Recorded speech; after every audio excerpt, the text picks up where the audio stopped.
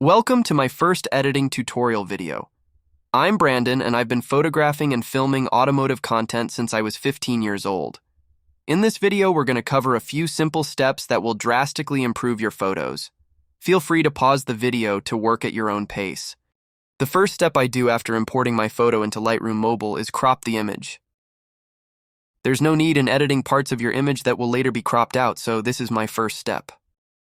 Under the Aspect Ratio tab, you will find the most common sizes used in most social media. For example, 1:1 is best suited for Instagram post. I commonly print 4:6 photos, so the best ratio for this is 2:3. While in the cropping stage, I'll also adjust the subject to be level and in the center of the frame if desired. Positioning is often done by the rule of thirds, meaning you want the focus point of the photo to be in the center, top, or bottom third of the image.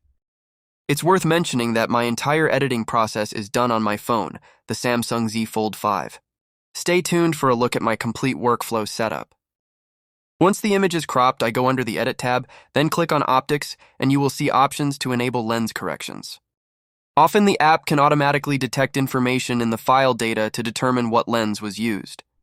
But in this case, I had to manually enter it. My next step is to go back to the Edit tab and click on Auto on the sub-menu. This will let the app's AI adjust the lighting to what it thinks is best. You'll notice the histogram at the top left of the screen change.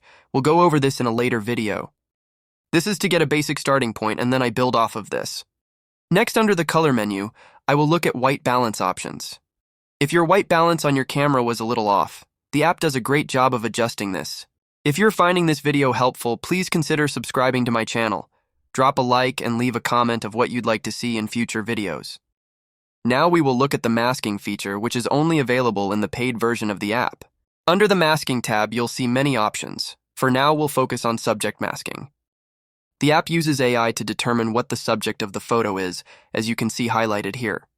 Now that the subject is selected, any adjustments made will only affect the highlighted area. Things like exposure, contrast, highlights, and shadows can be adjusted under the Light menu. Often, I'll make the subject of the photo the brightest part of the image. The human eye is automatically drawn to the brightest areas of a photo. Just be careful not to overexpose your subject. At any time during your editing process, you can touch and hold anywhere on the image to see a before and after. This helps you see your progress.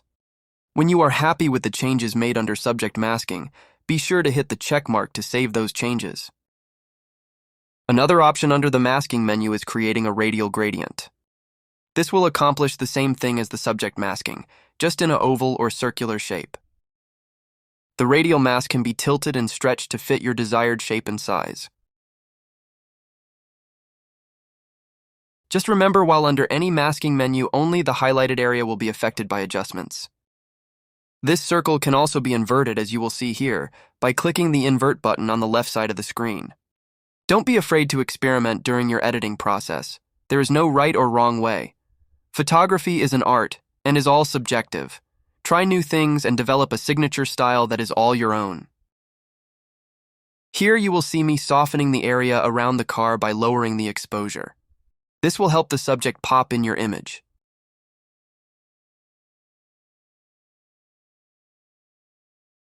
Oftentimes, I will have multiple masking layers that overlap each other.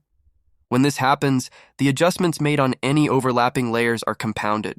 This can be fixed by going under the Masking menu, and now you will see an option to add or subtract from Radial Mask. Now I will select Subtract Subject to remove any unwanted changes added by the Radial Mask. A quick before and after look to check our progress. While under the Masking menu, we will now work on the sky portion of the photo. By now you can see the power of the masking tool. It is a huge part of my editing process, and to me it's worth the monthly subscription cost. Under the Effects menu, the Dehaze tool does just that. It can remove that hazy look for certain parts of your image. Once you're finished in the masking menu, don't forget to click the check mark on the right to save your changes. Now that we are done with the masking portion, any adjustments made will affect the entire image. For my personal style, I like to add a small amount of vignette to my images. This can be found under the Effects tab. A negative vignette will darken the edges of your photo. essentially softening the edges and training your audience's eyes to focus on your subject.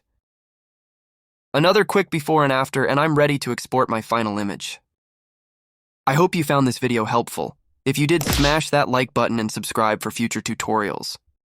Follow me on Facebook and Instagram for additional content. Thanks for watching, and I'll see you in the next one.